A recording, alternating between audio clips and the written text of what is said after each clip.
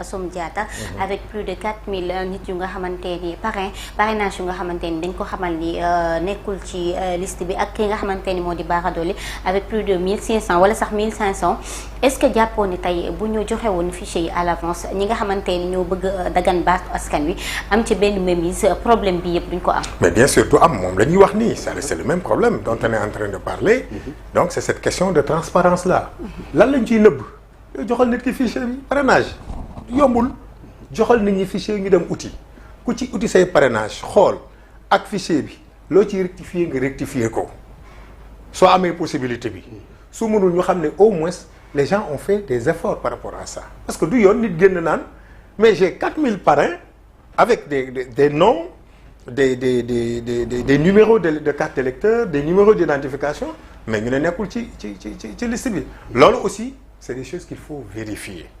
Le Conseil constitutionnel doit communiquer de façon transparente parce que moi je connais quelqu'un qui m'a dit man de sama clé jox nañu benn clé Conseil constitutionnel jox nañu benn clé boo xam ni toutes les erreurs yi am ci pay wax dëgg yàlla génnal nañ ma ko. Et ils ont même dit que tey jii nii par exemple Abbas Fall soo ñëwee nga bind Abbas ABA un seul S. numéro 4 d'électeur bi c'est vrai baax na numéro 4 mais ils disent que. parce que fichier bi xamul Abbas ABA benn S.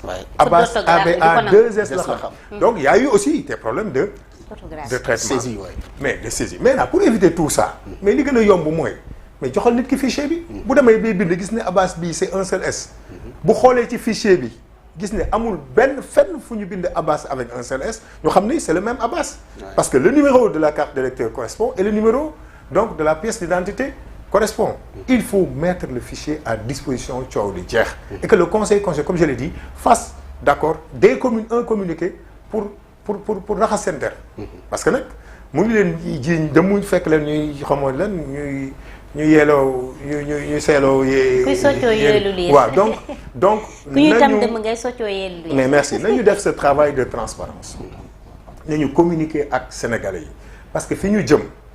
Seul le Conseil constitutionnel peut nous permettre de garantir au moins en amont sur la ligne de départ ñu am ay candidats crédibles ñu bañ a jël ñii sur la base d'une appartenance politique ñeneen ñi ñu xañ leen ko aussi sur la base de leur appartenance politique c'est extrêmement important parce que keroog bi ñuy def suñu lancement le président Birame Souleye Diop dafa wax lu am importance il dit que il y a 3 temps yu ñu war a xool le Conseil constitutionnel benn bokk na ci c'est l'humain c'est la responsabilité c'est le temps gis nga jamono du fàtte mukk li xew élection 2024 bu dee conseil daf ci am responsabilité boo xam ni moom ci boppam dafay violer ses propres jurisprudences di violer la constitution parce que le conseil est garant de la constitution au-delà du président de la république moom mooy xool ndax lii Macky Sall di def ndax lii Abbas Fall def ak keneen ak keneen li ndax ça correspond à la constitution c'est extrêmement important loolu àdduna du ko fàtte la responsabilité ñoom ñoo waat taxaw ne ils ont juré de faire respecter la loi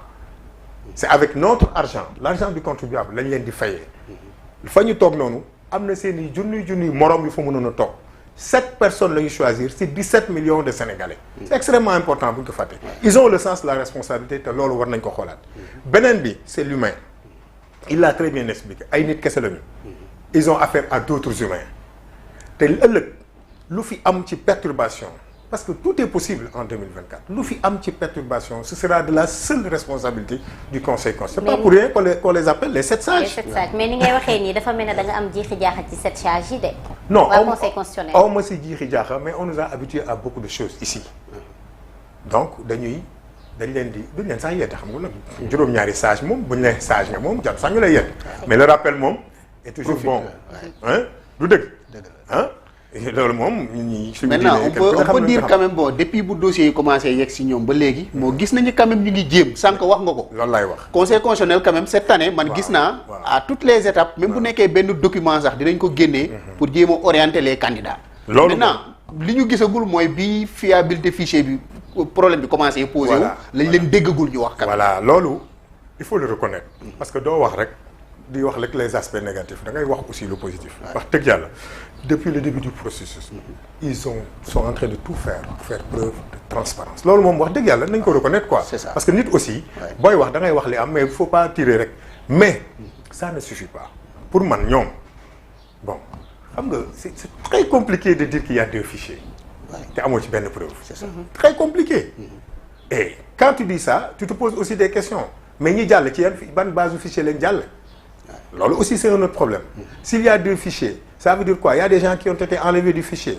Mais tey man xaw ma ku may voter ku ma dul voter ba may dindi. surtout la date même de référence. la dernière mise à jour du fichier. voilà yooyu yëpp dañ ko war a xam. mais conseil constitutionnel moo war a fexe ba moom buy liggéey mu liggéey sur la base du fichier du ma sax du fichier normal mais sur la base d'un fichier boo xam ne ñu dañ yaakaar ne fichier benn fichier rek a am.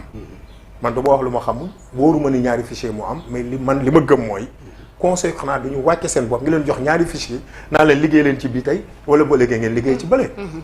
loolu mënul nekk man j'ai inscrit des gens dans le fichier. Mon propre fils qui vient d'avoir 18 ans mais dugal naa ko dans le fichier.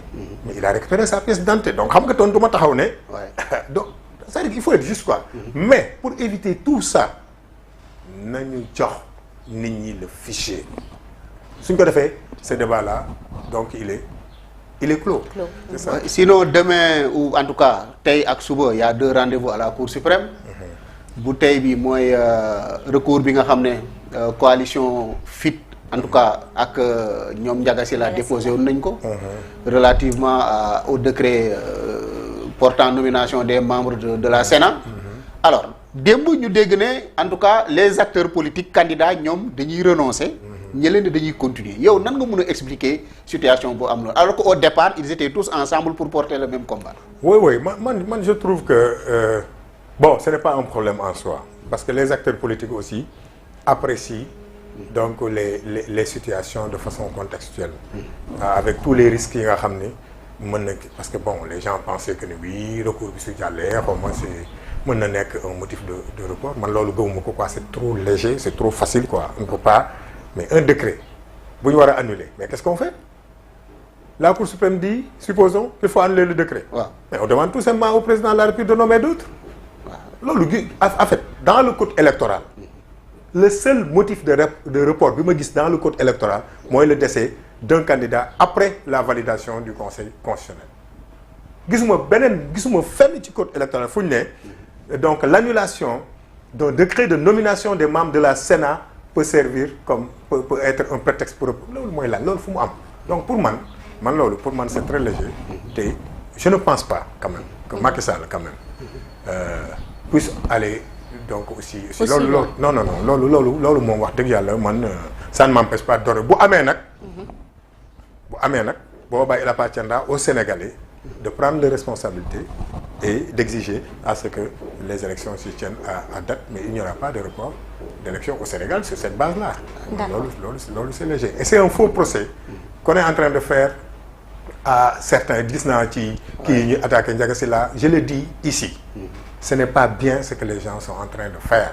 Ndiaga Sylla un expert électoral amul lu mu jariñul Sénégal ci côté boobu. et puis il est resté logique dans sa logique. man je le dis ici je ne le blâme pas. Au contraire, il a le droit de dire que s'il veut, il ne retire pas. Mais loolu c'est pas une raison pour lui faire un mauvais procès.